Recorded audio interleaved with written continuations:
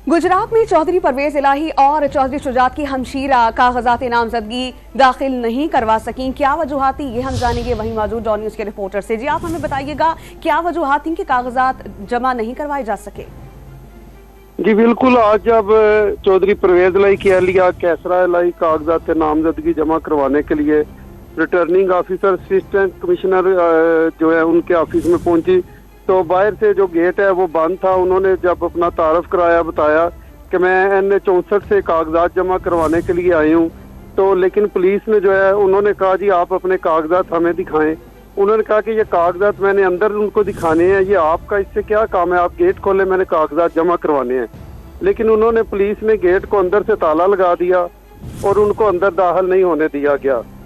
2-3 घंटे वो उधर खड़ी रही हैं, जिसके बाद जो है वो टाइम खत्म हो गया।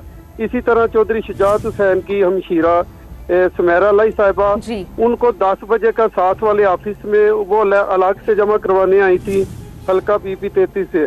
उनको अलग से जो है वो उन्होंने बिठा दिया और उनके भी कागजात सारा दिन बिठाए रखा, उन्होंने जमा नहीं किए। जिस पर वक्त खत्म होने के बाद दोनों जो है खतून जो है खवातीन वो अपने घरों को वापस लौट गई।